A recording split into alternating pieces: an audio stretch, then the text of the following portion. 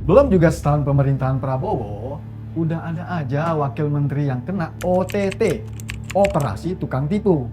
Ini OTT pertama yang terjadi di pemerintahan Prabowo, Bray.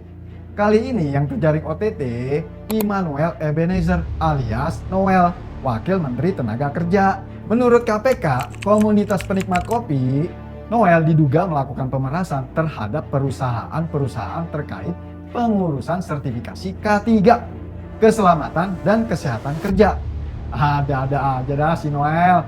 Biasanya sidak perusahaan-perusahaan nakal, sekarang malah doi yang kena sidak KPK. Mungkin bagi publik, ini sekedar cerita pejabat yang lagi-lagi tertangkap korupsi. Seorang Immanuel Ebenezer, aktivis jalanan yang menembus lingkar kekuasaan, tapi akhirnya kesandung juga jatuh di kubangan. Ngakunya berjiwa mania, tapi ternyata otaknya mafia. Salam eng-ing-eng. Noel Ebenezer, aktivis jalanan yang katanya pernah merasakan getirnya fase kehidupan di jalan, fase hidup yang seharusnya bisa menumbuhkan rasa empati lebih dalam, yang mengingatkan upaya perjuangan seorang aktivis menelusuri jalan menuju posisi terhormat di negeri ini untuk menjadi pejabat negara. Noel Ebenezer berawal dari aktivis jalanan yang hidupnya serba pas-pasan dan berakhir di ujung kursi pesakitan.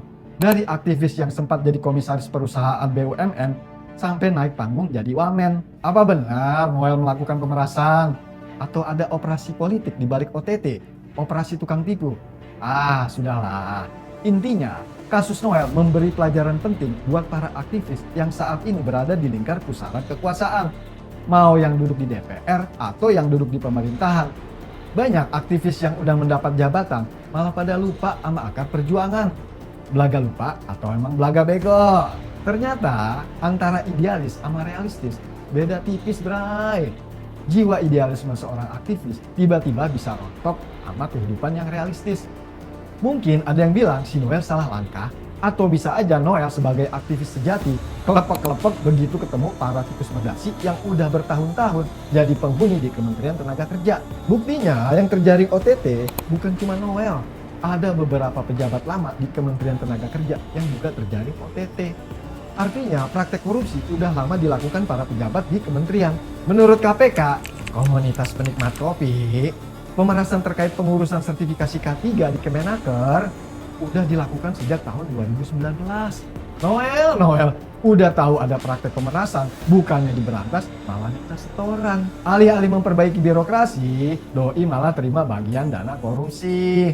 Baru 2 bulan jadi wamen, Noel udah terima jatah uang panas sebesar 3 miliar di akhir Desember 2024. Anteng, bray, masuk jebakan Batman.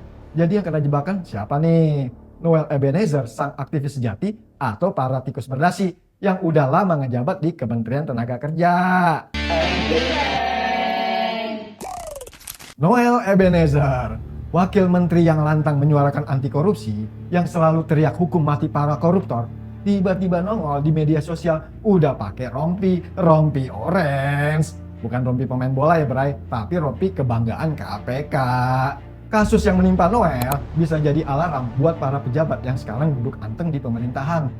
Presiden Prabowo udah berkali-kali kasih peringatan buat semua pejabat di pemerintahannya, jangan coba-coba korupsi. Kasus Noel yang terjaring OTT, operasi tukang tipu, penangkapannya dipastikan udah sesuai koridor dan penegakan hukum yang jelas. Jadi jangan dipersepsikan sebagai alat politik. Kasus Noel lagi-lagi menyadarkan kita kalau pemberantasan korupsi di negeri ini bukanlah perkara mudah. Dan sekarang Noel kagak sendirian, bray. Faktanya di waktu yang sama, Yakut Khalil, mantan Menteri Agama, juga lagi diperiksa KPK terkait isu kuota haji. Nadiem Makarim, mantan Menteri Pendidikan dan Kebudayaan, diperiksa Kejaksaan Agung. Budi Ari, mantan Menteri Kominfo, juga lagi ditelisik kasus perlindungan judi online.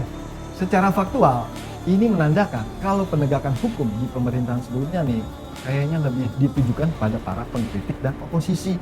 Namun seringkali luput pada pejabat bermasalah yang ada di dalam lingkaran pemerintah. Selain itu, kasus Noel memberi tamparan keras buat pemerintahan Prabowo.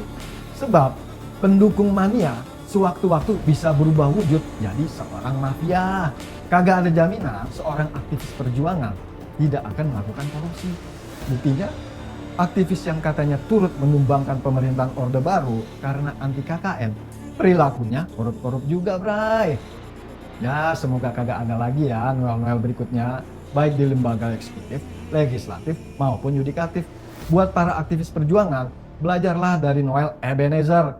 Perjalanan karirnya udah kayak roller coaster. Naiknya cepat, nyungsepnya juga lebih cepat. Namanya juga aktivis perjuangan. Aktivis perlu juga mangan. Salam eng ing eng.